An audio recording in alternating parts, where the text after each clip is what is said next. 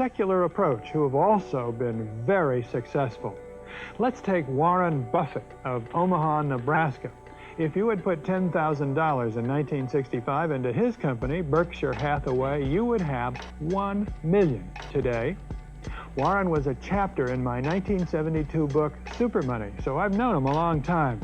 He learned his trade with Ben Graham, the original dean of security analysis at Columbia University. I don't think Warren has ever been on television until this interview, and he has certainly never courted publicity, but recently he got a lot of it when he emerged as the key figure in the takeover of ABC by Capital Cities. Warren will be the largest shareholder of the new company, and his own net worth is now far in excess of $500 million. But when I spoke with him last fall in his office in Omaha, he very characteristically made his investment style seem so perfectly simple. The first rule in investment is don't lose. And the second rule in investment is don't forget the first rule, and that's all the rules there are. I mean, if you buy things for far below what they're worth and you buy a group of them, you basically don't lose money.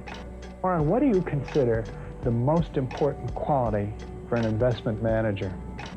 It's a temperamental quality, not an intellectual quality. You don't need tons of IQ in this business. I mean, you have to have enough IQ to get from here to downtown Omaha, but you do not have to be able to play three-dimensional chess or be in the top leagues in terms of bridge playing or something of the sort. You need a stable personality. You need a temperament that neither derives great pleasure from being with the crowd or against the crowd, because this is not a business where you take polls. It's a business where you think. And Ben Graham would say that you're not right or wrong because 1,000 people agree with you. And you're not right or wrong because 1,000 people disagree with you. You're right because your facts and your reasoning are right. Warren, what do you do that's different than 90% of the money managers who are in the market? Certainly most of the professional investors focus on what the stock is likely to do in the next year or two. And they have all kinds of arcane methods of approaching that, but they do not really think of themselves as owning a piece of a business. The real test of whether you're investing from a value standpoint or not is whether you care whether the stock market is open tomorrow. If you're making a good investment in a security, it shouldn't bother you if they close down the stock market for 5 years. All the ticker tells me is the price.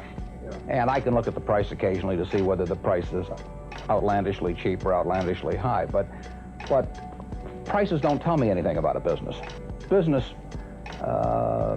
Business figures themselves tell me something about a business, but the price of a stock doesn't tell me anything about a business. I would rather value a stock or a business first and not even know the price, so that I'm not influenced by the price in establishing my valuation, and then look at the price later to see whether it's way out of line with what my value is. So Buffett chose to stay in this world, Omaha, Nebraska, where corn grows just minutes from downtown. Now, Omaha is a nice town, but nobody claims it's a world financial center. Here, the only thundering herd is actually on 4 feet. Don't you find Omaha a little bit off the beaten track for the investment world? Well, believe it or not, we get mail here, and we get periodicals, and we get all the facts needed to make decisions. And unlike Wall Street, you'll notice we don't have 50 people coming up and whispering in our ear that we should be doing this or that this afternoon. You appreciate the lack of stimulation here? I like the lack of stimulation. We get facts, not stimulation here. How can you stay away from Wall Street? Well, if I were on Wall Street, I'd probably be a lot poorer. You get overstimulated in Wall Street, and you hear lots of things, and you may shorten your focus, and a short focus is not conducive to long profits. And here I can just focus on what businesses are worth. And I don't need to be in Washington to figure out what the Washington Post newspaper is worth, and I don't need to be in New York to figure out what some other company is worth. It's an intellectual process. Well, and the less static there is in that intellectual process, really the better off you are.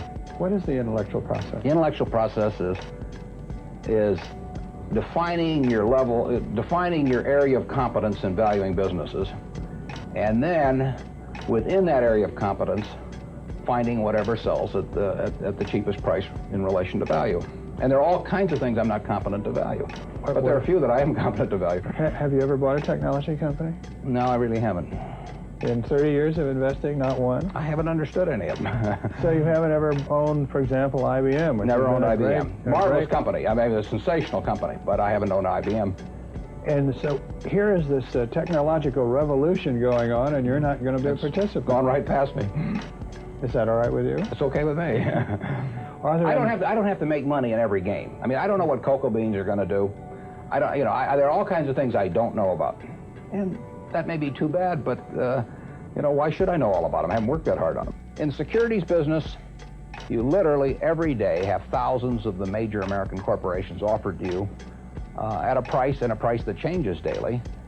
And you don't have to make any decisions. You have to make, nothing is forced upon you. So there are no called strikes in the business. The pitcher just stands there and throws balls at you. And if you're playing real baseball and it's between the knees and the shoulders, you either swing or you get a strike called on you. If you get too many called on you, you're out.